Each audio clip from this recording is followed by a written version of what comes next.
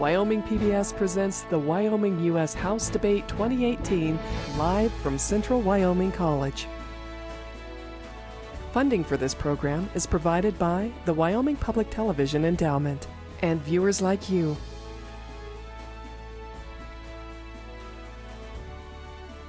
Good evening and welcome to the 2018 Wyoming General Election U.S. House Debates live from Central Wyoming College in Riverton. I'm Craig Blumenshine from Wyoming PBS. Joining me this evening to question the candidates to my right are Cooper McKim. He is an energy reporter for Wyoming Public Media. And also joining me to my left is Gregory Hasman. He is a reporter from the Rock Springs Rocket Miner. All of the candidates for Wyoming's lone U.S. House seat are with us here this evening. On stage in order that was randomly chosen earlier. First is Democratic candidate Greg Hunter, Libertarian candidate Richard Brubaker, Constitution Party candidate Daniel Clyde Cummings, and Republican candidate Liz Cheney.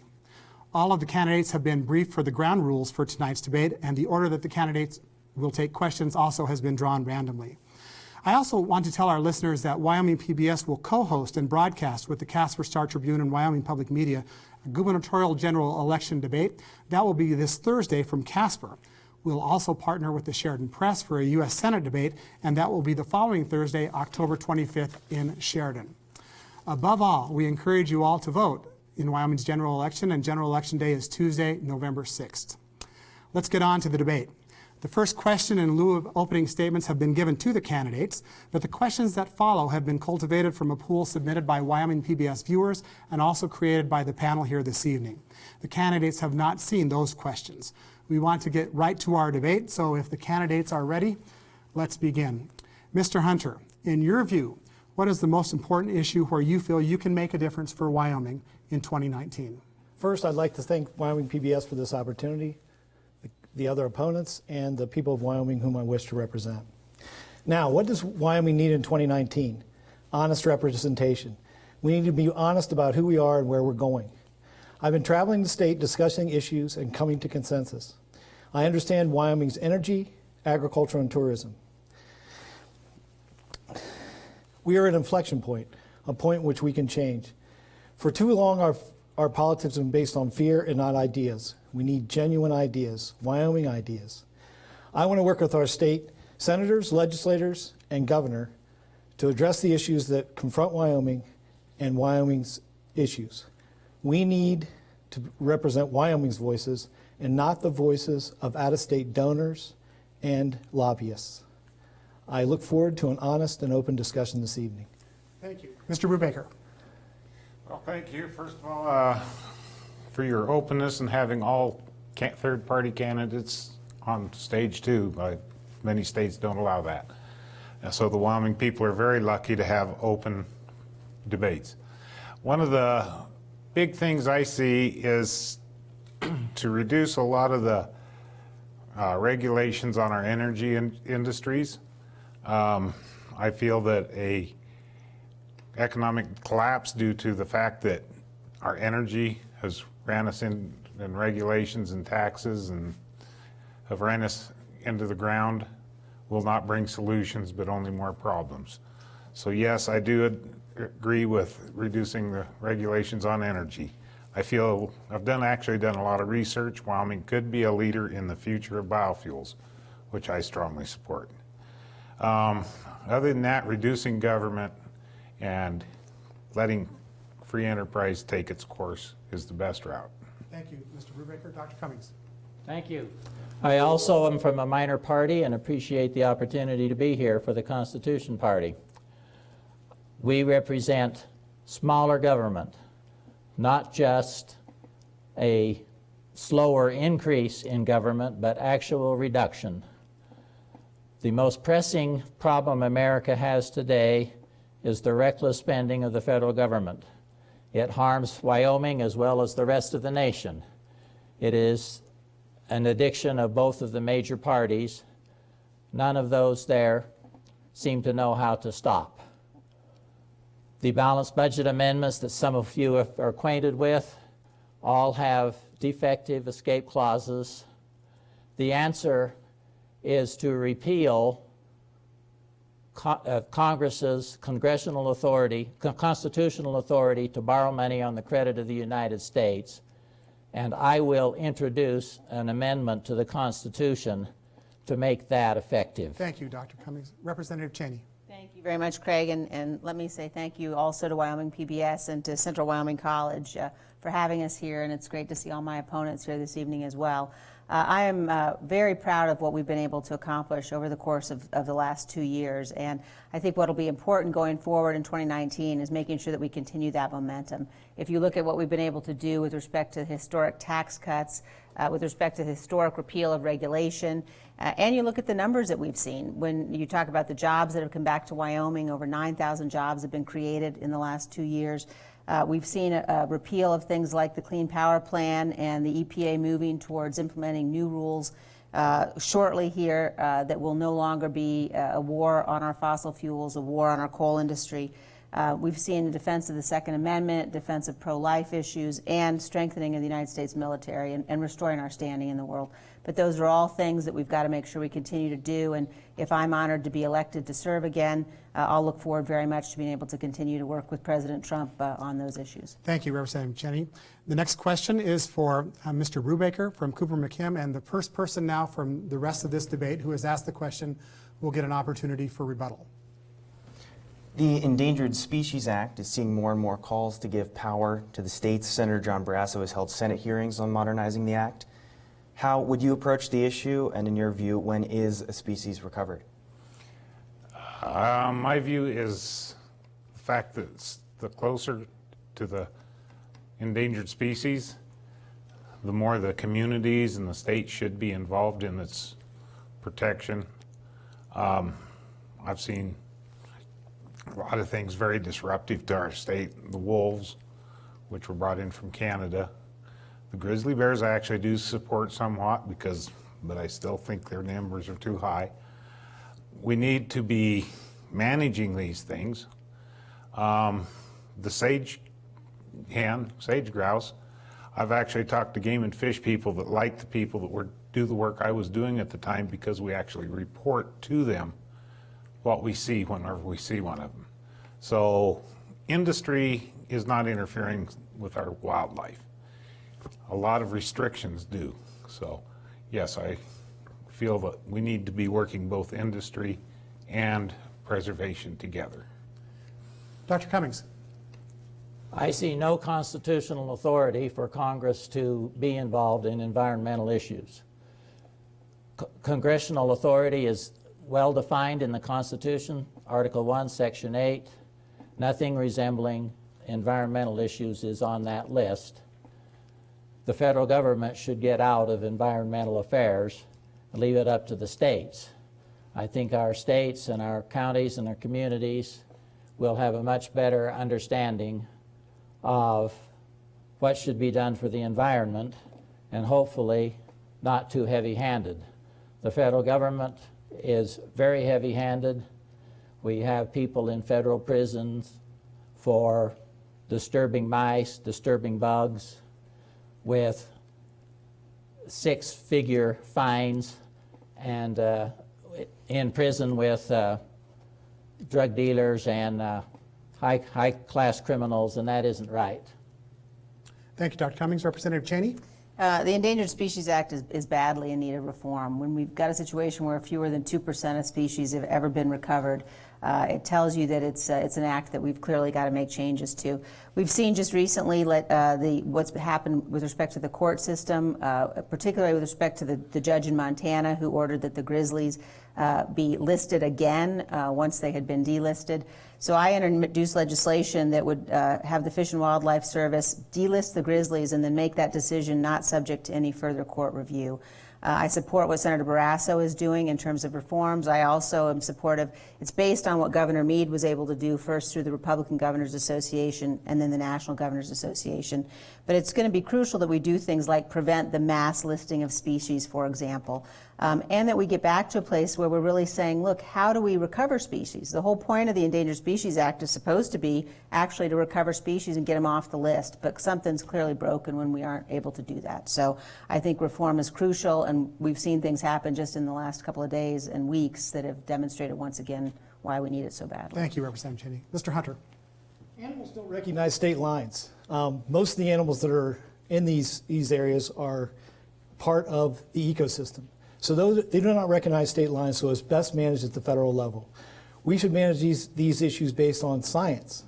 And really the decision that was done in Montana was based on science. They determined that particular species had not enough genetic crossover to be viable.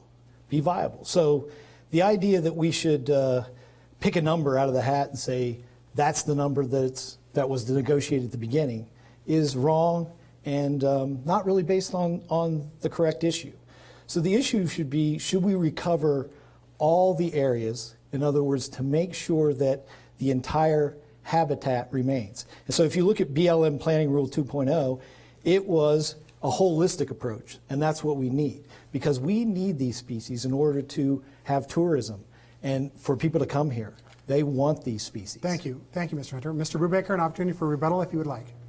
I'm only going to say that in my experience in different industries, oil field, I think that private industry, if encouraged and allowed to, would probably do a better job than the federal government in Washington, D.C., because we are associated locally with the issues. Okay. Thank you very much. Next question for Dr. Cummings from Gregory Hasman. Should wilderness study areas be released? Why or why not? Wilderness areas should be released from the jurisdiction of the federal government, and their future station should be determined by the states. The federal government owns too much land. The constitutional provisions for land are mostly military. The lands in the West should be liquidated into private property.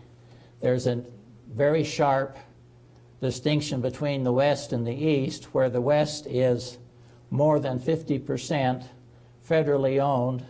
The East is about 94% private property. That's the model that we should follow in liquidating federal lands toward private property. Thank you, Dr. Cummings. Representative Cheney.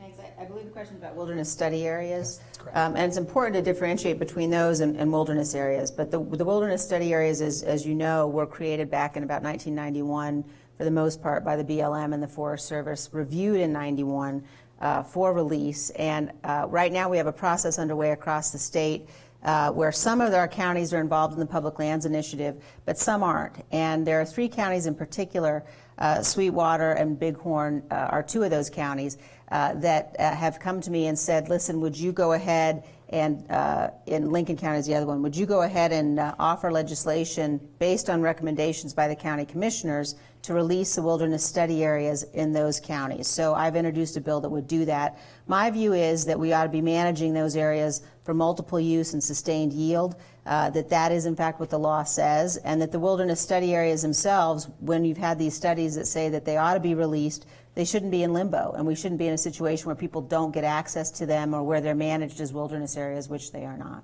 Thank you. Mr. Hunter. The wilderness study areas has to be managed by Congress. They just determine whether those wilderness study areas were or were not placed. So if we look at those, it's up to Congress to decide. There was 1 vote short back in the Reagan era to determine whether these should be released or kept as wilderness areas. Wilderness areas are fantastic for biodiversity and continued fishing and hunting and opportunities. So I do think we can make a grand bargain about which wilderness study areas should be released, as long as we get other wilderness areas in place that enhance the ecosystem for the animals that we enjoy in Wyoming, that we depend on for our tourism, that we depend on for our hunting. So I think there are areas, but the county officials do not represent the 350 million people that own all this public land. We need to include both. Thank you. Mr. Brubaker. Well, first of all, I truly value the freedom of access and the easy access, but I kind of disagree with, on a constitutional basis, in the ownership by the government of property. We have to make sure that we retain that access and yet start removing it from the deed from the government in some way, well thought out way. It's a place for people to go to relax and enjoy life if those are denied to us for any reason, whether it be government regulations or they're taken over by private industry. Our society will suffer greatly from the loss of that. They're great tourism sites. They're great places to recover endangered species, but they need to be protected in a sense that we can still access them. Dr. Cummings, an additional 30 seconds if you would like. Thank you. 350 million people do not own these lands. These lands are owned by the government.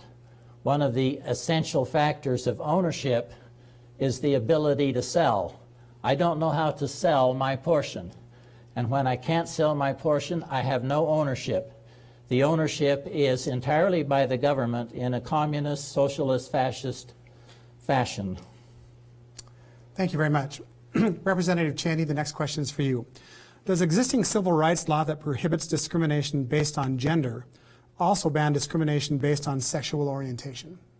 Well, I think the Supreme Court has spoken on that issue. We saw the decision that came down a couple of years ago, and I think that we're in a situation today, frankly, where we've got to make sure that we aren't adding additional rights to the Constitution. I would suspect Mr. Cummings and I agree on this issue with respect to adding additional rights to the Constitution.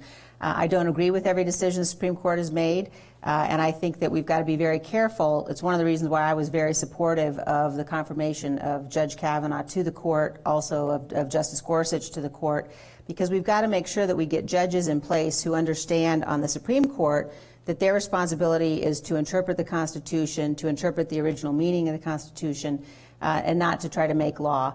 President Trump has also been very successful, frankly, in naming additional judges at lower courts to the court, and the Senate has confirmed those in a way that I think will fundamentally change for the better the extent to which we have judges who are doing their job and not attempting to make new law. Mr. Hunter. With great power comes great responsibility. And we are responsible to make sure that everybody has the ability to have life, liberty, and the pursuit of happiness. We should not discriminate against people. There's been a lot of discrimination against historically gender, race, and since we are the dominant white culture, we need to make sure, and the Supreme Court should make sure, that if there are laws passed, that we should protect certain people that have been historically disadvantaged. And I understand that. I've dealt with minority set-aside contracts all my life. I believe in those ideas because we have to make up for historical issues that we've treated people poorly. The Matthew Shepard, we need to make sure that we're more inclusive and we need to protect people. And that's part of the Constitution. That's what we do. Thank you. Mr. Brubaker? Well, I feel that the need back in the 60s for the Integration Acts was necessary. I think we need to start removing those. I've worked out in the trucking industry, the energy industry, and those discriminations that they're talking about are disappearing, with the exception of the fact when somebody is hired basically on the fact they are of a different race or sexual orientation, it aggravates the other employees. So I think we need to start clearing it away. I'm very proud of my son-in-law who, when he has to fill out a form for his daughters, marks out Native and just puts American. He's a member of both, or not a member, but he has both Shoshone and Arapaho blood in him. He does not see race. He does not see sexual orientation. He does not care about the gender of an individual. If they're a good employee, he hires them.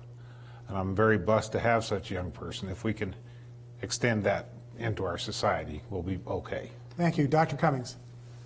The biggest discriminator in the United States today is the various governments, inasmuch as discrimination has almost disappeared in the private market. Government quotas, government favoritism are discrimination and are morally wrong. We should not be adding to discrimination classes at a time when we should be subtracting from them. Private businesses have the right to make their own decisions in employment and other matters, and it should be a hands-off situation for the government.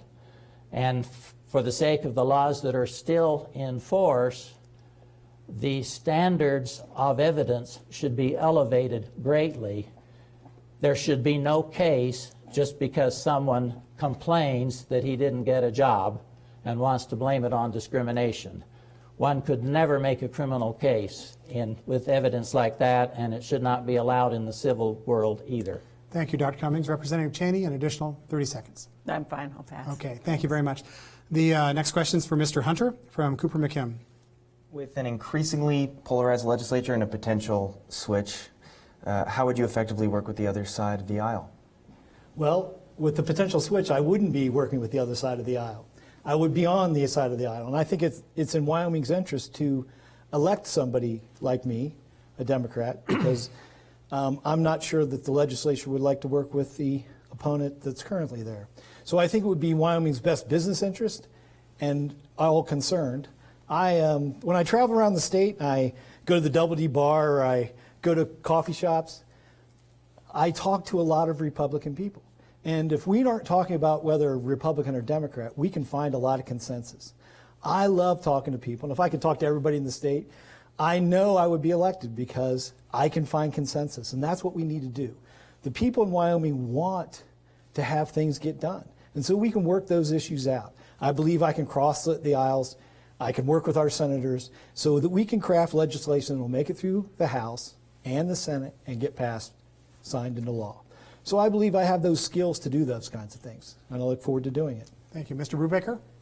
Well, I call myself a constitutional conservative, and as a libertarian, I probably have difficulty working with many of the members of the big government party, either side. I don't see the reason for having these big, massive laws. I totally disagree with the fact that somebody who has diabetes and has a job, they lose their job, they no longer have the money to buy this insulin, which is elevated. So I disagree with much of what goes on in our big government party. If we'd elected people who had waited tables, pulled a calf at midnight, threw an entire chain, we would not be in such a big political mess. We'd have people that got the job done instead of complained. Dr. Cummings? Thank you. I don't see this great controversy. It's like two dogs fighting over a piece of meat. Their objectives are the same. We see the Democratic Party going left, more and more government, more and more spending. We see the Republican Party following them leftward, more and more government, more and more spending. I want to see some difference. I want to see some dissent. I want to see less government, less spending, fewer regulations than either of the major parties are offering us. Thank you. Representative Cheney? I do think it's important to be able to work together, but I do think you've got to ask yourself to what end. You know, one of the first pieces of legislation that I co-sponsored was with Colin Peterson, a Democrat from Minnesota, that had to do with wolves and making sure that the wolves were delisted. And so I think there are times when it is possible to find things we agree on, and we need to work together. But what I've been particularly concerned about over the course of the last couple of weeks in Washington has been just the level of venom and really heated rhetoric. And when you've got people calling for violence against people that don't agree with them, when you have situations like we had, frankly, in Laramie, where the Republican Party headquarters in Laramie was attacked, there was a fire and it was arson. You know, that is a really scary place that we're going as a nation. And so I think it's very important as people go to the polls on November 6th to remember we've got to be a nation where we defend the rule of law, where we defend the Constitution, where we can disagree vigorously on substance and policy, but where we don't descend into the kind of, really calling for violence and actually violent attacks like we've had here in Wyoming. Thank you, Representative Cheney. Mr. Hunter, opportunity for rebuttal. Well, candidate Trump requested violence against protesters and offered to pay the bills. He also asked to lock up candidates without due process. So the violence meme started probably with the other party. I'll just also say, Mr. Cummings, that deficits have gone down under each Democratic administration and have gone up under Republican administration. And Mr. Brubaker, thank you for the endorsement because I've done all those jobs. The next question is for Mr. Brubaker from Gregory Hasman. What are your thoughts on proposals to divert water to the Front Range, such as Mr. Million's past plans? Do you think it's a threat to Wyoming? And would you support water being transferred from one side of Wyoming to the other or to another state? A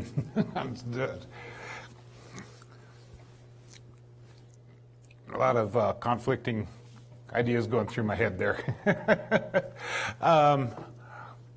Water is a very valuable asset. The needs of the Wyoming people would come first, water rights. In Colorado, they did create a system to transfer water from the west slope to the east slope, which increased productivity on the east slope of the Rockies. They're in Fort Collins and Loveland area. And it never hurt too many people on the west slope. Libertarian, but this would cost a lot of money, federal money, because I doubt if it'd be done privately, and therefore I'd have a tough time supporting much other than keeping our present water systems going. Dr. Cummings. Thank you. The first question is, who is being asked to pay for this? This is not a legitimate job for United States taxpayers. It's probably not a legitimate job for Colorado taxpayers either, but if Colorado wants to assume the cost itself, then maybe there's some grounds for negotiation between Wyoming and Colorado. There's very little place in this controversy for the federal government except under the Commerce Clause of the Constitution, where perhaps there might be times when the federal government should regulate and prevent abuses of one state by another. Representative Cheney. I think it's crucially important that Wyoming fight for Wyoming's water, and I would not like to see a situation where we're being forced to transfer our water elsewhere. I think with respect to the federal government, there are things we can do. Senators Enzi and Barrasso and I were able to introduce legislation, for example, that would help increase the riffraff around the Fontenelle Dam so that they were able to have a larger storage capacity there.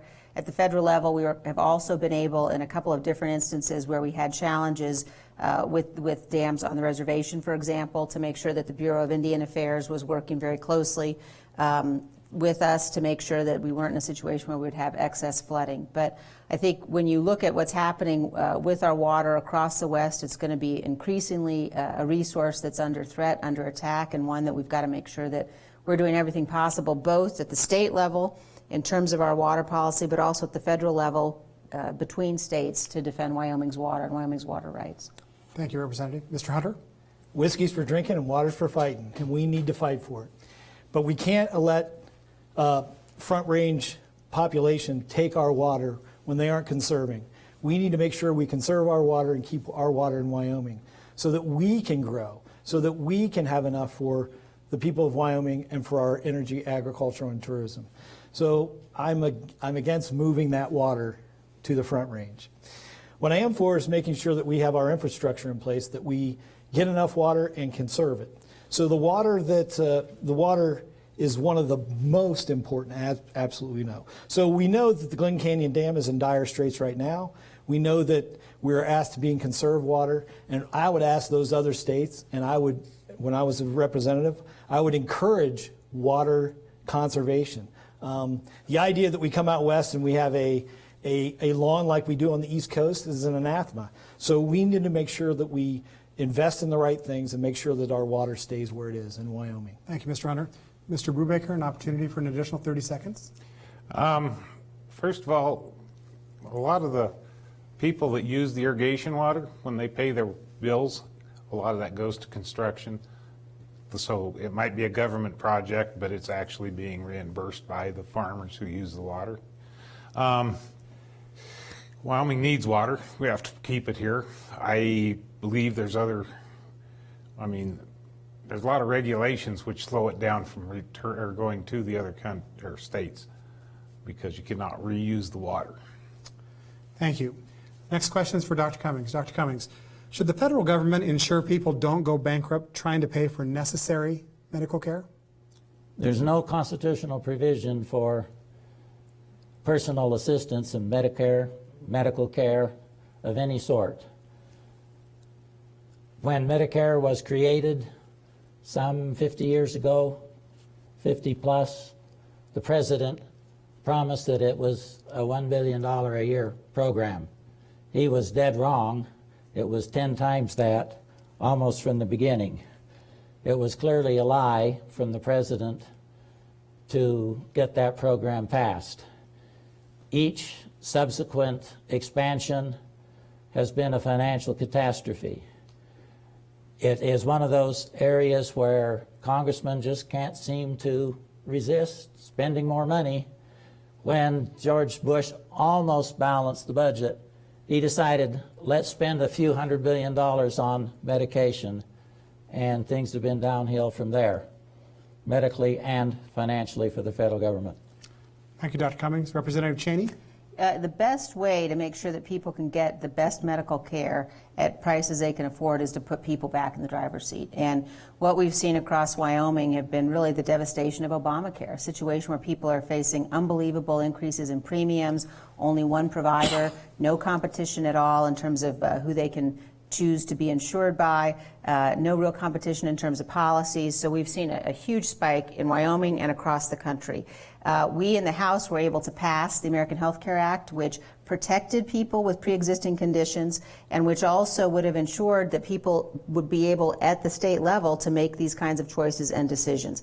Unfortunately, we were not able to get that passed by the Senate. So we've taken pieces of it and done it in smaller bits. We were able to eliminate the individual mandate in the tax cut bill. And President Trump put in place healthcare associations, an executive order that allows people to begin to group together to form healthcare associations. It's a very important issue we got to get back to, but putting patients in the driver's seat, letting people buy insurance across state lines is another thing that we passed through the House. Those are the kinds of solutions that we've got to get through the Senate and make sure that people are able to be back in control. Thank you, Representative Cheney. Mr. Hunter? No, I don't think you should go bankrupt when you have medical issues. The president and your party promised a better health care system, and you not be discussing pre-existing conditions without President Obama. So he did advance the football in medical care. What he also did is make sure that we all have coverage. We need to expand Medicaid coverage in Wyoming so that we have proper health care and so that people can go to work without feeling like they will be bankrupt. As with regards to the Constitution, it does say provide for the general welfare and the common defense, not do no good and worldwide offense. So the idea that health care is not one of those things that the government can work on and do is an anathema. The other thing is that the federal government is the largest purchaser of health care services and drugs. So we need to make sure that we use the federal government's power to reduce those costs and also unleash market forces to take care of other issues. So yes, there's capitalism, and there's also let's put the federal government's power to work. Mr. Brubaker? Well, I went down to Columbia, South America 3.5 years ago, and I fell in love with their medical system. They have a free government system, which is budget dictated. So services were kind of like VA or Indian care. You could advance on to get better or more care if you needed it. But they also had a government free of government's healthcare system. And when talking to healthcare providers in the United States, over 80% of our bill goes to regulations, insurance, liability, the whole 9 yards, all this government involvement. Remove government from our healthcare system. Let us pay the $30 a month premium for family health care like they do in South America. England itself is going towards this system. Thank you. Dr. Cummings, an additional 30 seconds. Thank you. One of the changes that the federal government should make is allowing the federal government to negotiate fees. That was a mistake of George Bush and a gift to the pharmaceuticals that should not have been made. The constitutional provision for general welfare is not a grant of power, but if you look at the careful wording, it is a restriction of power on the power to tax. Thank you. The next question for Representative Cheney from Cooper McKim. Representative Cheney, what's being done to support tribes with the struggle to prosecute more cases of sexual assault and domestic violence, and what's your position on reauthorizing the Violence Against Women Act? I think that sexual assault every place is a huge, important issue, and certainly it's an issue that we've seen as a challenge on the reservation as well. The Violence Against Women Act is something we've got to look very closely at, though, because I think that there are constitutional issues with respect to it, and I don't think that ultimately the Violence Against Women's Act puts us in a position where we are, in fact, able to better prosecute these crimes. But I think it's a huge issue, and I think you've seen in Congress, for example, over the course of the last year, we've taken important steps to make sure that within the House of Representatives, we've ended the process where you had a situation where people were signing agreements. They'd come in and said that they were the victims of sexual harassment, and they were signing agreements and getting secret payments going back many years, both Republicans and Democrats. And I think that's a process that we have ended, that's got to end. People have got to be held accountable. So I think it's an important set of issues. I think that they're issues that the nation's focused on, and certainly we've been focused on in Congress. Mr. Hunter? I think we need to step back. If we had better sex education and understanding of sexual mores and values, we would have less violence against women. We would have a better understanding. I think we do a grave disservice by not having better sex education, especially when we send our kids down to college, when they intersect both sex and alcohol. Those things end up being a real problem. So when we consider violence against women, we also have to look at what's the underlying issue. So I like to go to the underlying issue. We need better education on these things. If we had better education, we probably wouldn't need these kinds of issues. So I would definitely pass the Violence Against Women Act. Again, that's men have great power, and we need to make sure that we protect women and we protect tribal issues as well. So it's all together. Thank you. Mr. Brubaker? Just quickly, this is a question relating specifically to sexual assault and domestic violence on tribal land. Oh, on tribal land? Actually, I'm kind of in a unique position right now because for a little extra cash, I'm driving the Riverton taxi. So I actually see a lot of these issues in my job. Not that I'm consulting them or anything, but just taking them either from one location to a safe place. You know, as far as the federal government is concerned, I don't know if we can really do that much. They're a sovereign nation. They're residents, well, not residents of the reservation so much, but I see a lot of the problem coming from the loss of dignity because of the per capita they receive, the free things, and yet I see a lot of people that are striving and fantastic individuals and utilize those government, or not government, but tribal benefits. Dr. Cummings? This is not primarily a federal problem. It's extremely complicated by 200 years of broken treaties with Indians. We now have treaties in force where they have a certain amount of autonomy, and I'm inclined to let those be.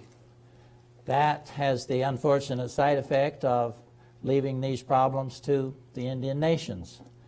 However, Congress has no place in the solution of this problem. Criminal law belongs to the states, absolutely. And the federal government has no place anywhere in criminal law except within the territory of the District of Columbia. And to a certain extent with the Indian nations where we have given away to them a certain amount of sovereignty that we probably should mostly observe. Thank you, Dr. Cummings. Representative Cheney? I think we Additional covered time? it. Thank you very much. Next question is for Mr. Hunter from Gregory. Describe your thoughts on trade policies such as Wyoming recently opened a Taiwan office and whether Wyoming would benefit. Well, I think Wyoming would greatly benefit from expanded trade policy. I do think that we need to make sure, you know, as we go forward, we need to make sure that our energy gets transmitted out of Wyoming. whether it be coal on trains, on barges overseas. And those are the primary customers over there in Taiwan, Korea, Japan. So the unfortunate issue is that we've weaponized kind of environmental issues in blue states and red states. So that impacts our trade, and we shouldn't do that. But as far as opening trade missions across the world, especially in Asia, I think those are good missions that we should do, and it will enhance Wyoming's economy. It's fantastic to go to the University of Wyoming and see all the international students, and I want to thank the Cheneys for doing that, for increasing the international opportunities. I think that's a great thing for Wyoming, to have more people come in and better trade opportunities. Better relationships make better people and better trade. Thank you, Mr. Hunter. Mr. Brubaker. Open trade between countries means that the United States ends up with far more customers for our products. Our Wyoming coal, we have far more customers if we have open trade. So I strongly support it by increasing their energy production, hopefully in an economic way. It means those people are making more money buying other products made in the United States. It's a two-way thing. We can't be afraid of competition. We need to open our borders up to trade just as much as we can. My son-in-law, again, is looking for iron equipment for his job, his company he's working for, but the tariffs have pretty much made it inaccessible to him because of the high costs. So open it up and let the products flow, let the money flow. Thank you, Mr. Brubaker. Dr. Cummings. Thank you. If this office in Taiwan is paid for by Wyoming tax money, it becomes a question for the Wyoming legislature. I think it's not a wise expenditure of government money. But on the national level, one of the biggest hindrances is the opposition of the states of Washington and Oregon to transporting our coal to foreign nations. Both of them are trying to stop the marketplace from building terminals that would allow us to export coal. The founders understood, because of sad experience with states abusing one another 200 years ago, that some things should be settled on a national level. That doesn't mean paid for on a national level. But one of the things that Congress should do under the Commerce Clause is to step in and forbid the states of Washington and Oregon to interfere with the transportation of our coal to the Orient if there's a marketplace for it. Dr. Cummings, thank you very much. Representative Cheney. Trade's hugely important, and I think that for too long we have had trade agreements that were not as beneficial as they should be for our products and for our workers. President Trump's changing that. I was very pleased to see the announcement of the successor to NAFTA just a few weeks ago, which I think will be very good for Wyoming, particularly with respect to wheat.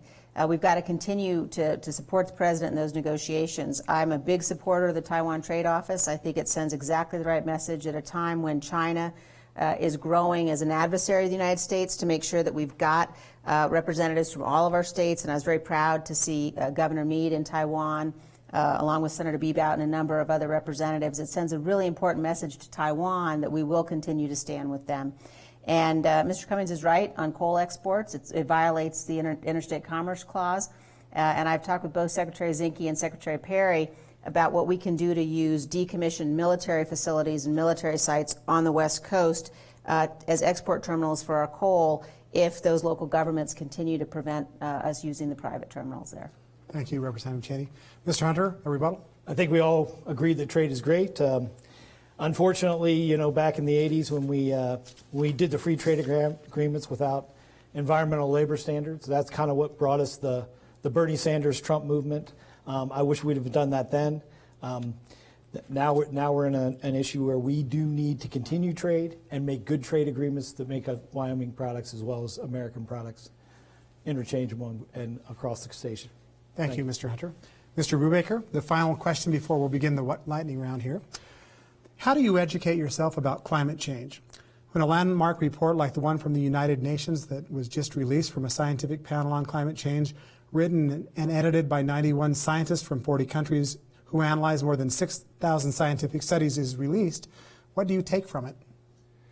I feel we are contributing to the change in the climate.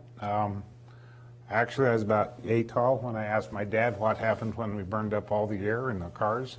He says, oh, it'll just replace itself. I was skeptical of his answer. I've kept a pretty close eye on it. There's a lot of things that are going to change in our climate. I've gone through and done quite a bit of research on it. I don't see changing our climate as a totally bad thing, because as we increase the temperature or energy in our atmosphere, it's bringing more water inland. This is where all this coal, oil, and gas came from originally, was when we had a higher CO2 level. The energy brought in more moisture inland, creating far more growth. Our planet was created by a tremendously smart person or individual who had these safety gaps: more plant life, less CO2. Thank you, Mr. Brubaker. Dr. Cummings. Global climate is multifactorial. It has varied greatly over human history. There are times in human history in the last few thousand years when the Earth has been actually warmer than it is now. These were very highly productive times for agriculture. The main driving cycle of this in most of human history has been the sun cycle of 1,500 years, in which the sun heats up for about 750 years, and then the sun cools off for 750 years. This is a much stronger influence on climate than anything mankind is doing. This is well shown in tree rings going back thousands of years. It's shown in ice layers. And it's a little bit of vanity for mankind to think that we are changing the earth that much. Thank you, Dr. Cummings. Representative Cheney? You know, I think that when you look at reports like the one that came from the UN and like some of the other international reports that have come out, often what you find is that scientists who don't share sort of the conventionally accepted international dogma about climate change are not allowed to participate in those. I think President Trump was exactly right to pull out of the Paris Climate Accord. I think that what happened in the last administration was a whole series of regulations, including the Clean Power Plan, that were really aimed at killing fossil fuels, aimed at helping the folks out there that believe we ought to keep our fossil fuels in the ground. And what we saw was that even if those policies had been effective and put in place, it would have had minimal to no impact on international global temperatures. So they were willing to kill entire industries that our nation needs, certainly that our state needs, to generate electricity for our national security for no gains at all in terms of climate change. So I think it's important for us to be realistic, but important also to make sure that we really are depending on science and not some sort of internationally approved Al Gore dogma about it. Thank you, Representative Cheney. Mr. Hunter. I don't believe it was dogma, because the reason that people aren't participating is because most scientists agree that we are impacting it. However, what we're arguing about the causes instead of what we need to do to address. If the sun is heating up 750 years, we need to address smart approaches to our infrastructure, as increased droughts, extreme weather, and all these things impact our society. We need to do the right thing with our infrastructure to address these issues, to make sure that we aren't impacted economically by these things. Fires, droughts, weather, things like that. So the idea that we can continue to argue about what's occurring, we all agree that the climate is changing, so why don't we get to business and start addressing the issues? Start taking care of people and protecting property and life. Thank you, Mr. Hunter. Mr. Brubaker, 30 additional seconds here. Like I said earlier, one of the biggest damaging things that I can see happening to the environment would be the economic collapse of this nation due to the higher cost of energy. And yes, I have talked to scientists, meteorologist scientists, who said that our humans are contributing about 4 watts through the carbon emissions, and the sun has increased 2 watts. So both sides are correct. Thank you, Mr. Brubaker. Now we'll change it up just a little bit. We're going to move to what we call the lightning round. Gregory, Cooper, and I will throw one or short phrase topics to the candidates. They'll each have 20 seconds each to respond to each one of those topics, and there'll be no rebuttals. The first one for Mr. Cummings, or Dr. Cummings, excuse me, is from Cooper McKim. Clean coal. Clean coal would be best achieved by allowing it to be used in power plants so that we don't have to use it in our homes sometime. I remember dirty coal in people's houses, including my grandmother's house. That's not the place to use it after we run out of natural gas. Representative Cheney.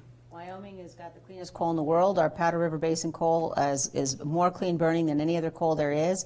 We've also been a leader and will continue to be a leader in new clean coal technology. I think it's very important both that we be realistic about the extent to which our coal is clean. Again, there's a lot of falsehoods out there about coal and about what coal mining does to our landscape, which are not true. But I'm very proud that Wyoming's got the cleanest coal in the world. Thank you. Mr. Hunter? Wyoming does have clean coal. All the manufacturing, or all the states use it to make sure that we don't make sulfur. So, but it also has mercury. So we need to make sure that we collect the neurotoxins and also capture as much carbon as we need to. We also need to use coal for different products, and we need to invest in that. And Wyoming is investing in that. Thank you very much. Mr. Brubaker. Clean coal. People talk about the mines. I've done the reclamation work, seen the work years later. We do a fantastic job. I think it's a wonderful, cheap energy source. The next lightning round topic for Representative Cheney from Gregory, Hasman. Water rights. Water rights are hugely important. Water is the lifeblood of the West, and we've got to make sure that we do everything we can here in Wyoming to protect our water and to fight hard for it, both at the state level and at the federal level. Mr. Hunter? We've talked about water. Water's rights are very important. It's making a lot of attorneys very rich as we argue between states, so we need to come to some agreement about how water is used and what's the best way to use it going forward. So we really need to have a discussion about water and water rights and water uses. Thank you. Mr. Brubaker? The Dinwiddie glacier up here is decreasing. We have to make sure our water is safe. My son's research project that he's working with, when it dries up, disappears, we're going to be in trouble in the summer times. Dr. Cummings. The best way to conserve scarce resources is the private market. Government interference gets in the way of that and is the biggest problem with conservation. Thank you. Mr. Hunter, the next topic's for you. To begin, town hall meetings. I would love to have them. I love having town hall meetings. I actually would love to have the interaction with the public. I like going to places and having discussions because then you can address ideas and come to consensus. So it's important that people show up, and I would love to show up as your representative to every place in Wyoming. I love traveling the state and talking to people. It's great. Mr. Brubaker. We have internet, we have Skype, we have Messenger. Every representative should be open to their entire communities and their entire states, all the different organizations. Every night they have a meeting, whenever their schedule's agreed with. Thank you. Dr. Cummings? My first campaign years ago floundered when I spent too much time in parades and not enough time in forums and town meetings and the like. My campaigns have been much more successful since then with more public contact in groups. Thank you. Representative Cheney. One of the most special and unique things about our state is the fact that people really have the opportunity to meet face-to-face with our elected officials in town hall meetings, at forums like this, but also one-on-one at coffees, small groups all across the state. And I've been really honored to have the opportunity to participate in all those kinds of activities and events and look forward to continuing to do so. Thank you, Representative Cheney. The next question for Mr. Brubaker from Cooper McKim. Saudi Arabia. My friend that was born over there when 9/11 took place, he said, no, this really, I think we need to get out of there. I think it should be private enterprise on the oil. I don't think we should be in the Middle East as a government. Dr. Cummings. I favor leaving the Middle East, except for diplomatic relations. There should be no foreign aid to any of the Middle Eastern countries, including Egypt and Israel, and no military forces. Representative Cheney. I think that it's extremely troubling, the latest reports that we've seen in terms of what seems to have transpired at the Saudi consulate in Turkey. I think that it's absolutely unacceptable if an American green card holder, journalist at an American newspaper was killed in the way that it seems may have happened, and I think that we've got to make sure we get to the bottom of it, and the Saudis have got to be held accountable, and whoever was responsible within the Saudi government or royal family has got to be held accountable. Thank you. Mr. Hunter? I think our president's love of authoritarian regimes has emboldened authoritarian regimes to take actions that they feel like they can. They feel like they'll have cover, and that Congress won't be a check on those. So Saudi Arabia is just another example of an authoritarian regime that has gotten the green light from this president and this Congress. Gregory Hasman for Dr. Cummings. Economic diversification. Economic diversification. I favor as much economic diversification as the free market will provide for us. The biggest hindrance to economic diversification is government regulations, requiring permission to do this, permission to do that. You must do it this way, you must do it that way. Hardly any of these should come out of Washington, maybe a few out of Cheyenne. Thank you, Dr. Cummings. Representative Cheney? Economic diversification is really important for our state. I think that getting the federal government out of the way is part of the solution, no doubt. I think also ensuring, though, that we get the federal government out of the way with respect to our existing crucially important industries, to our ag industry, our energy industry, tourism.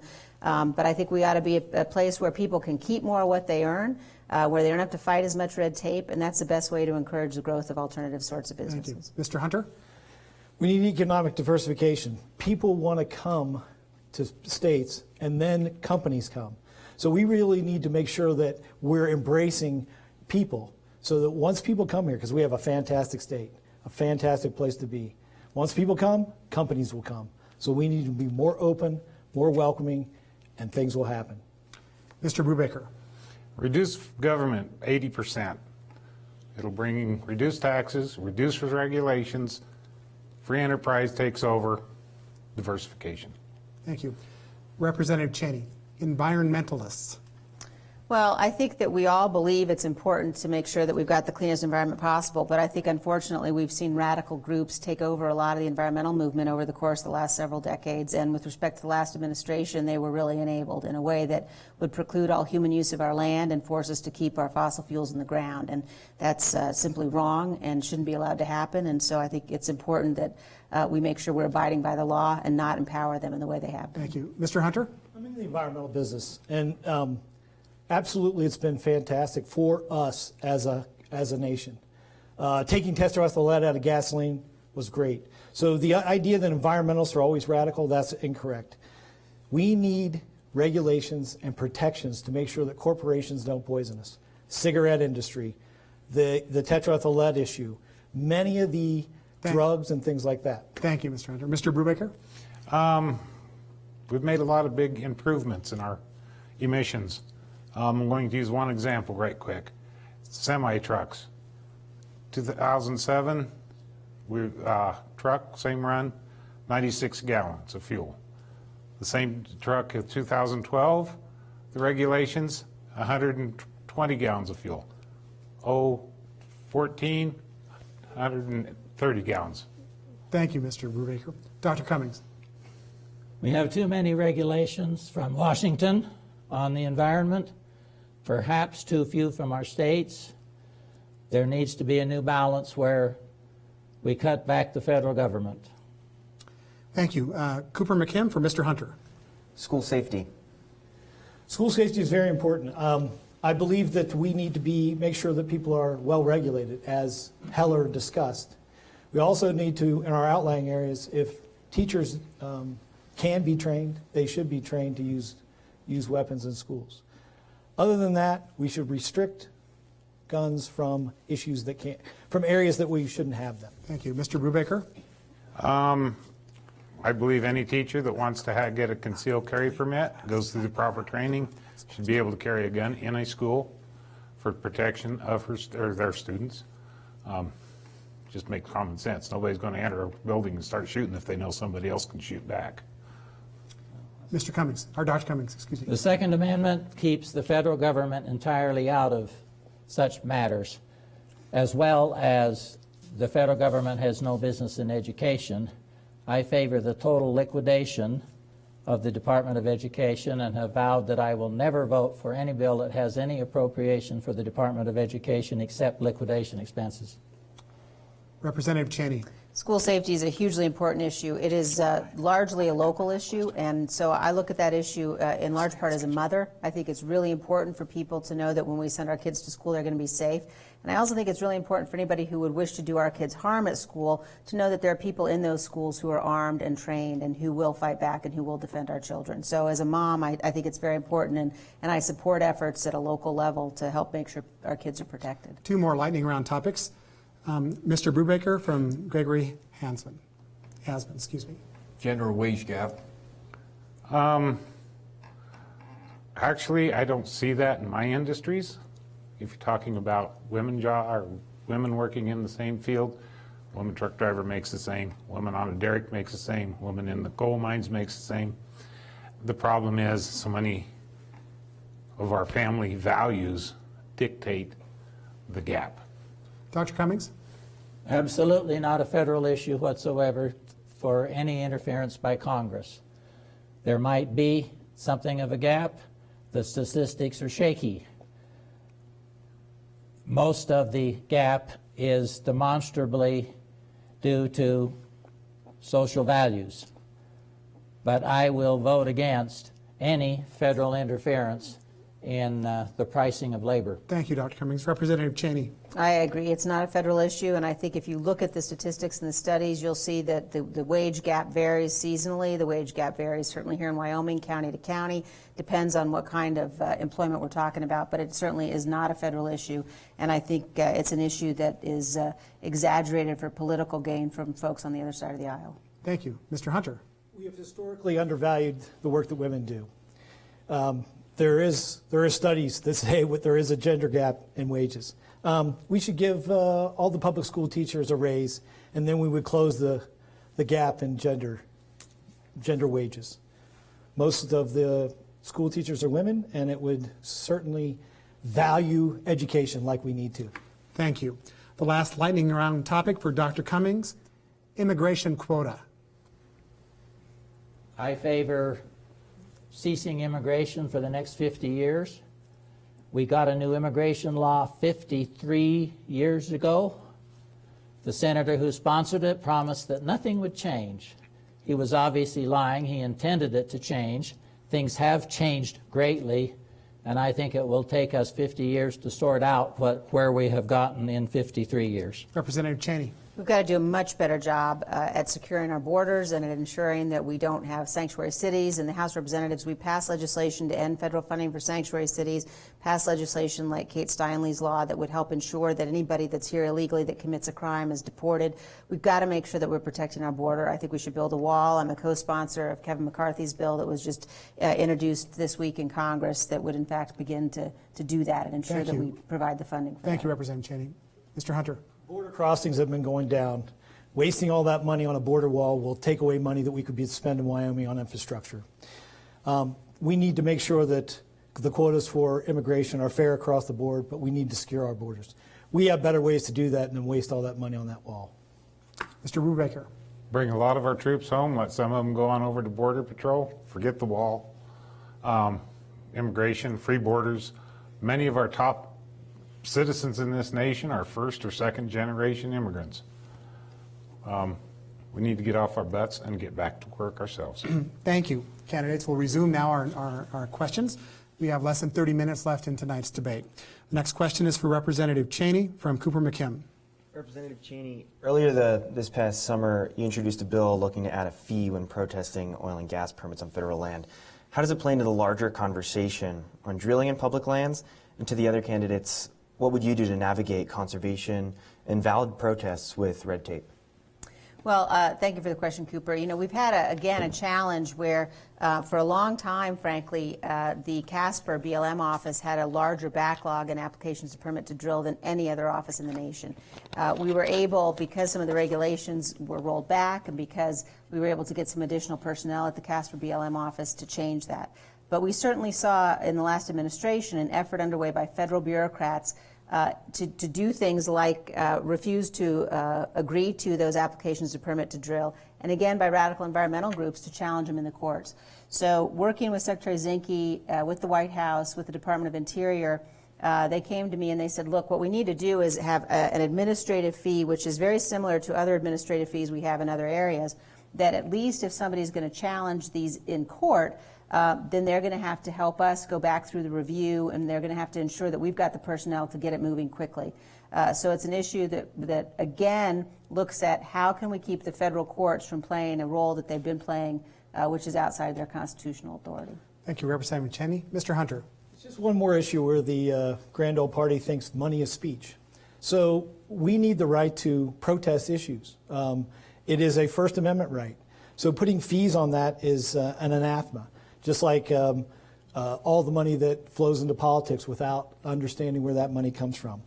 So yes, the idea that we need to address the energy issues and make sure that we have the proper personnel, the personnel that care about doing these things properly.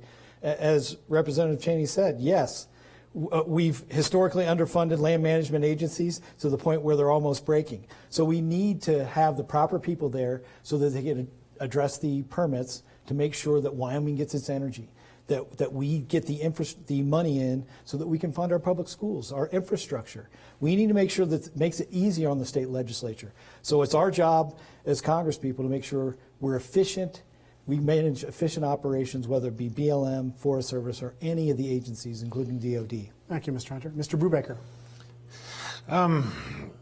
First of all, these companies, if they have a good reputation as far as being environmentally concerned, I think they should get a scorecard, and as they produce evidence that they can operate properly and safely and do no downstream or downwind damage. I've worked with many of these people. I think some of them are actually more concerned about the environment than the BLM, the EPA. I mean, they are honestly out there doing their job, stopping traffic when a doe's having a fawn on the middle of the road. It's amazing what they do.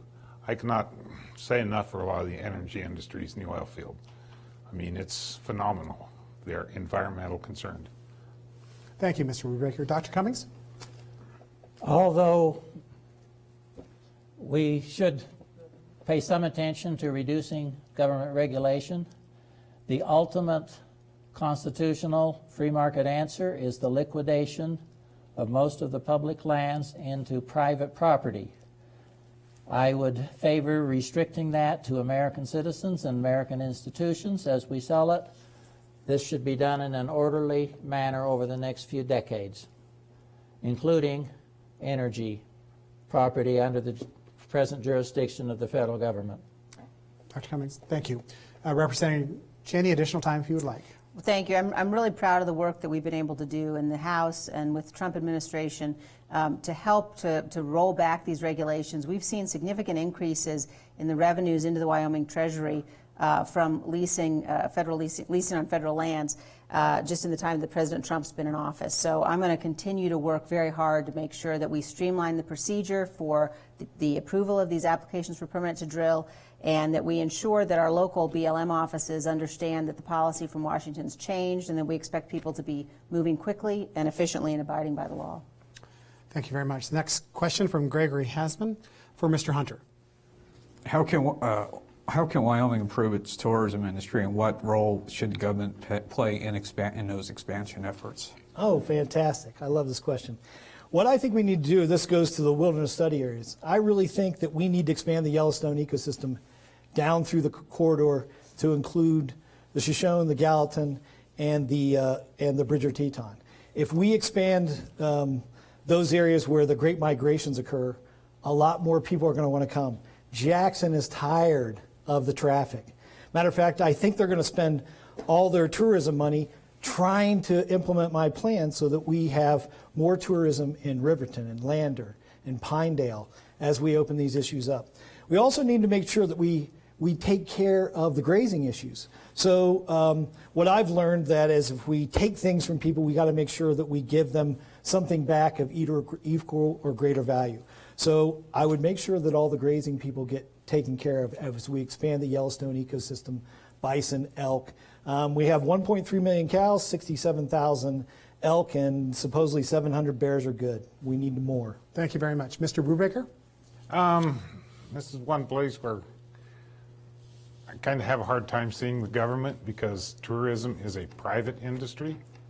And all we can do is look at reducing any roadblocks which government might be imposing, like lodging tax might discourage somebody because it increased their stay.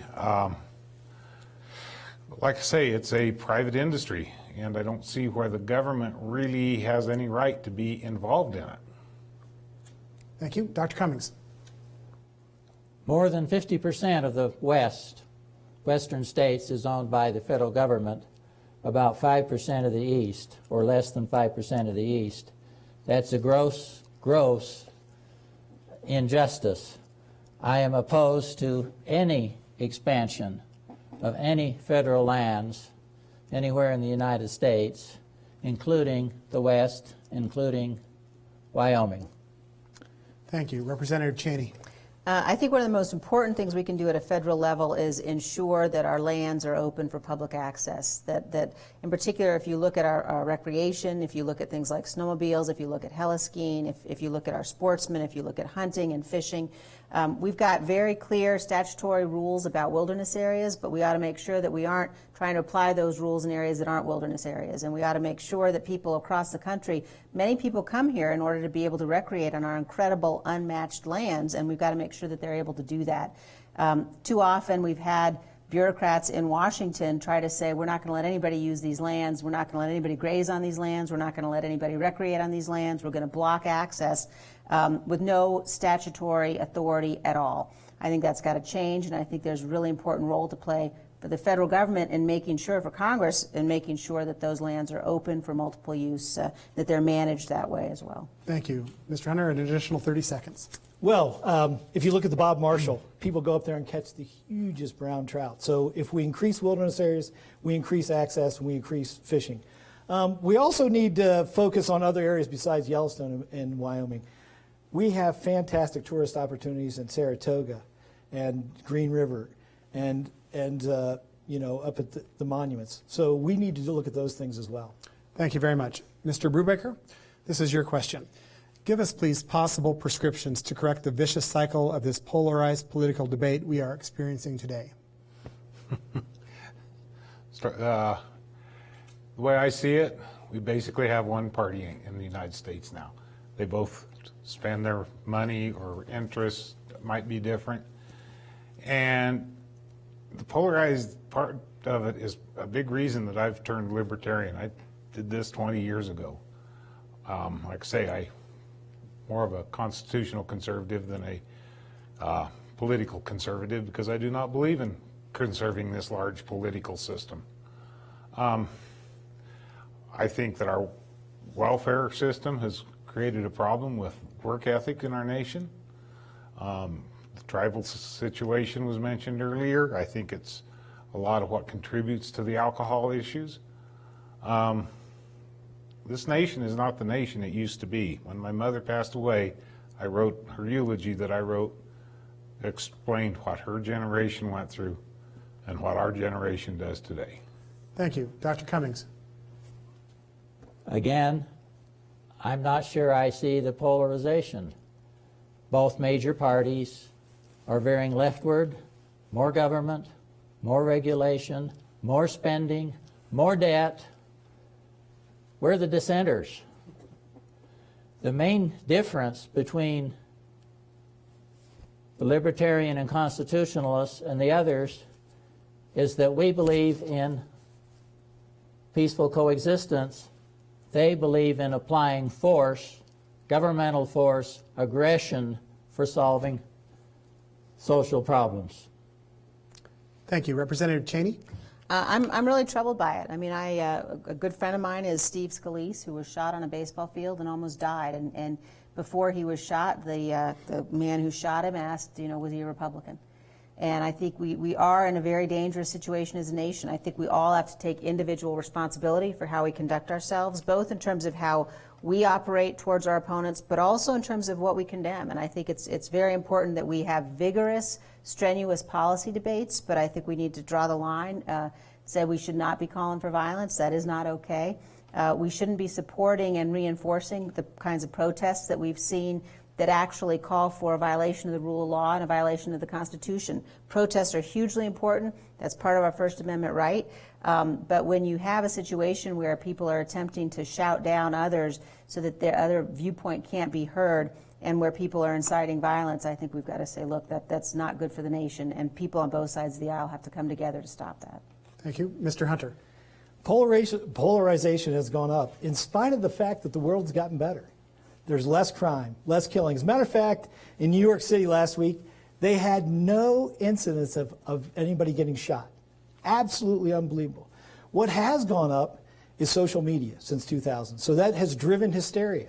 We're becoming more hysteria about a world that's getting better.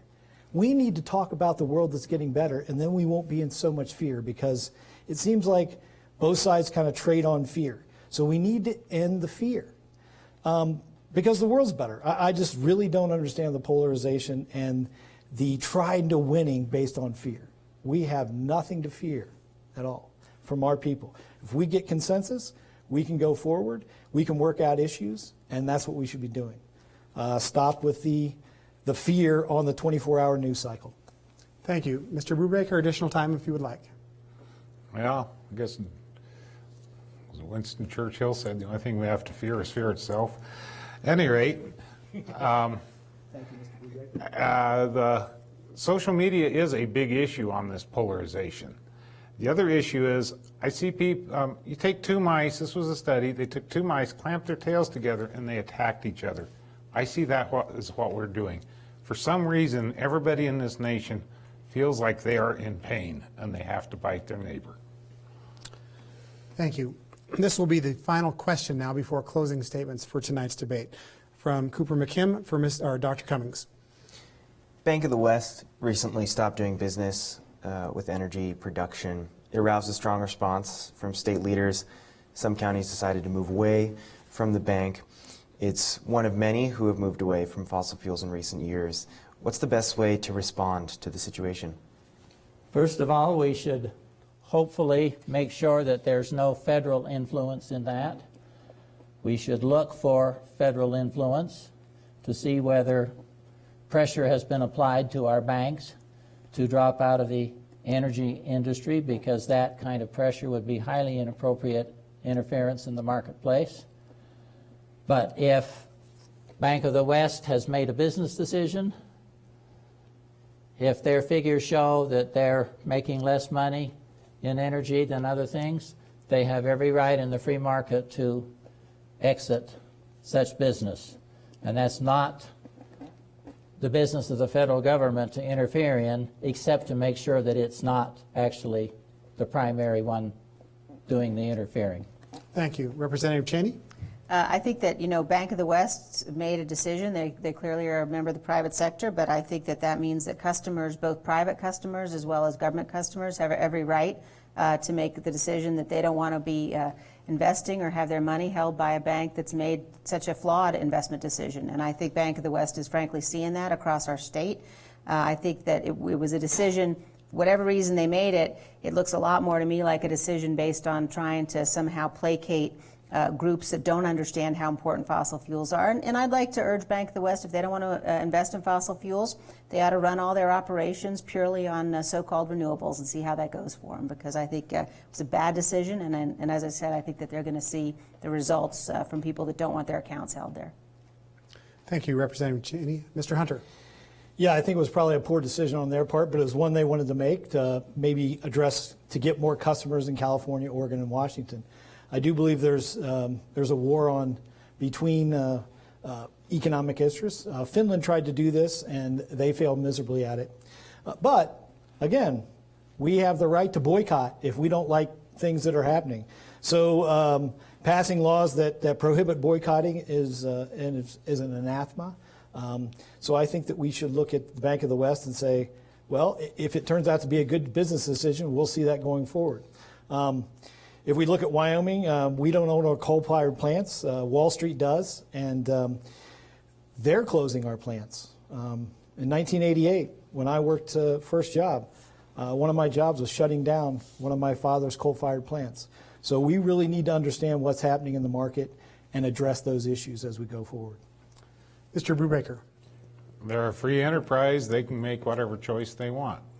I don't see where there's any government bonding or bound by any government legislation or rules. They cannot force somebody to do business with another person on the fact of business expenses.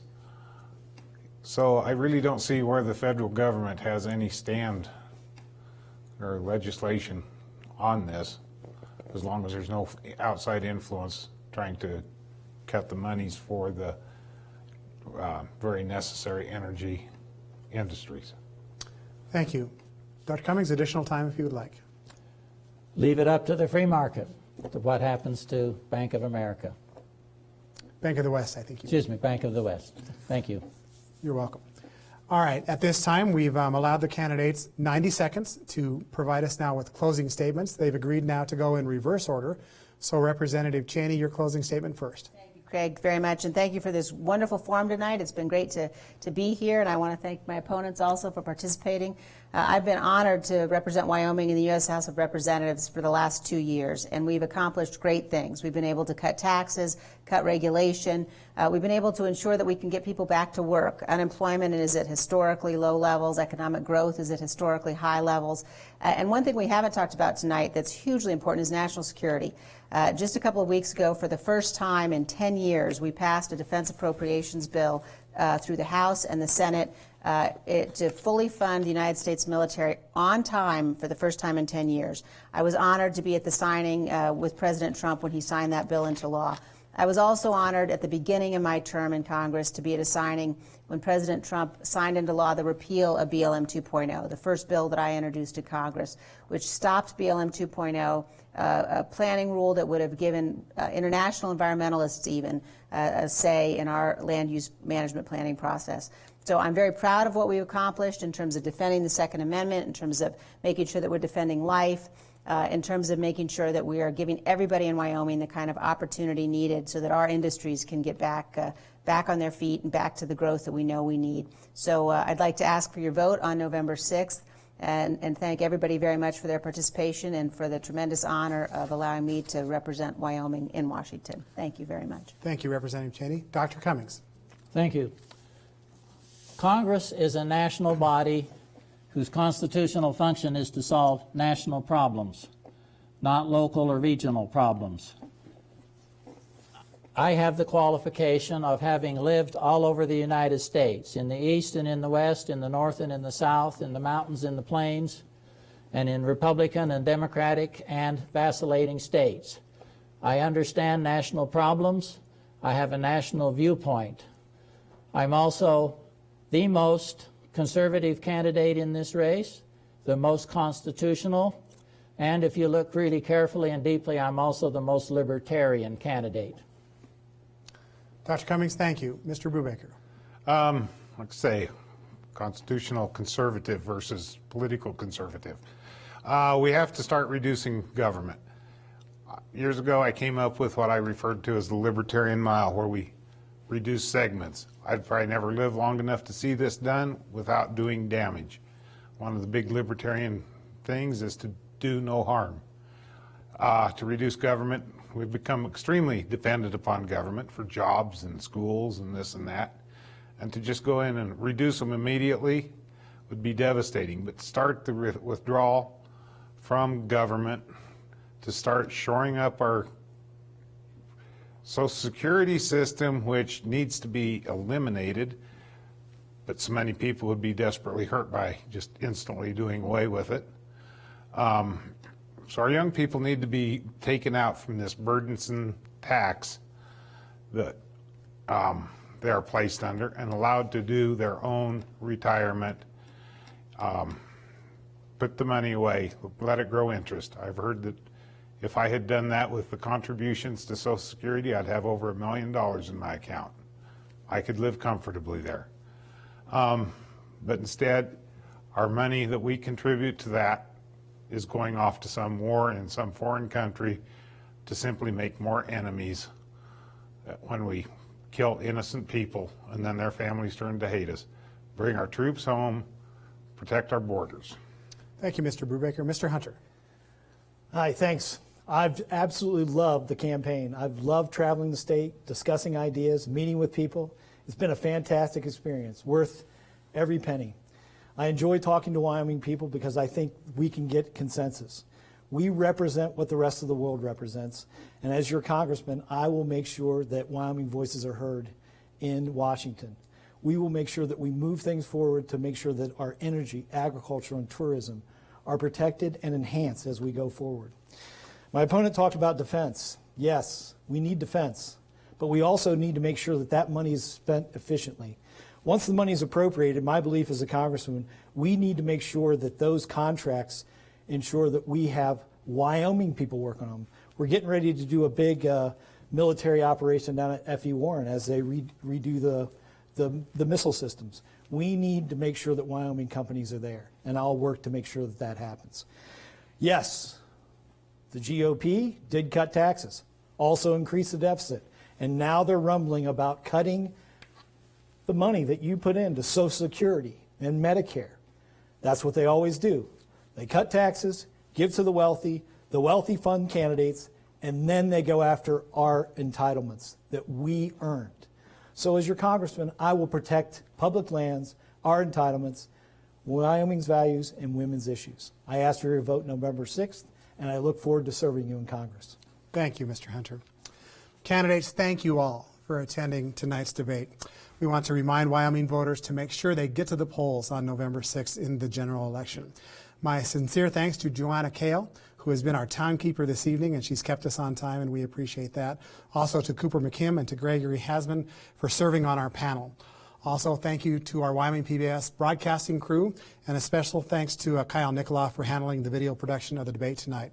Thank you also to the staff here at Central Wyoming College for hosting tonight's event in the little theater here on campus. And a quick aside, this little place has served for almost 3 decades for political events just like this one, and this will be the last, as this little facility will be repurposed for student use here at Central Wyoming College, and we'll miss it, quite frankly.